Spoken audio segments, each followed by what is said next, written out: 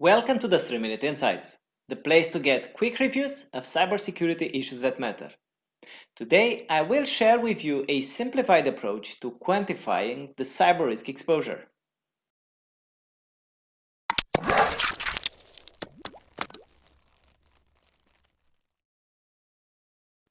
This is the second video on cyber risk exposure. In the first part, we covered the qualitative risk assessment and the resulting risk metrics. In this video, I'm going to show you how to transform a risk matrix into hard numbers. This will help you prioritize risks, estimate budgets, and also get the needed resources to mitigate the risks. Getting from the risk matrix to a quantifiable impact, it's a two-step process. The first step is to replace the low, medium, high ratings with percentages and impact values. For instance, instead of saying an event has a low likelihood, we will say it has 10% chances of occurring in the next 12 months. Instead of saying it has a high impact, we will say that this particular risk can create damages between 10,000 and 1 million euros. Be generous but realistic.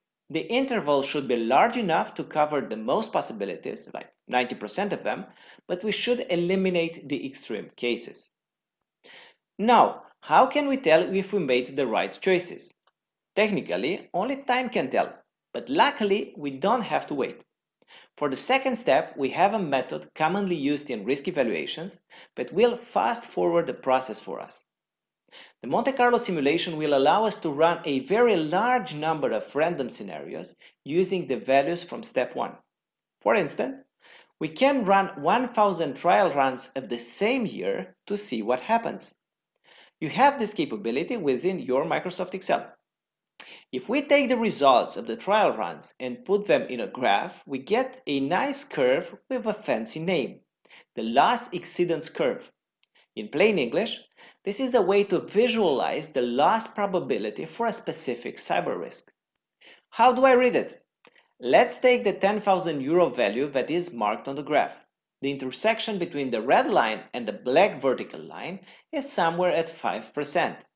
That means, based on my trial runs, my organization has 5% risk of losing more than 10,000 euro due to this particular risk.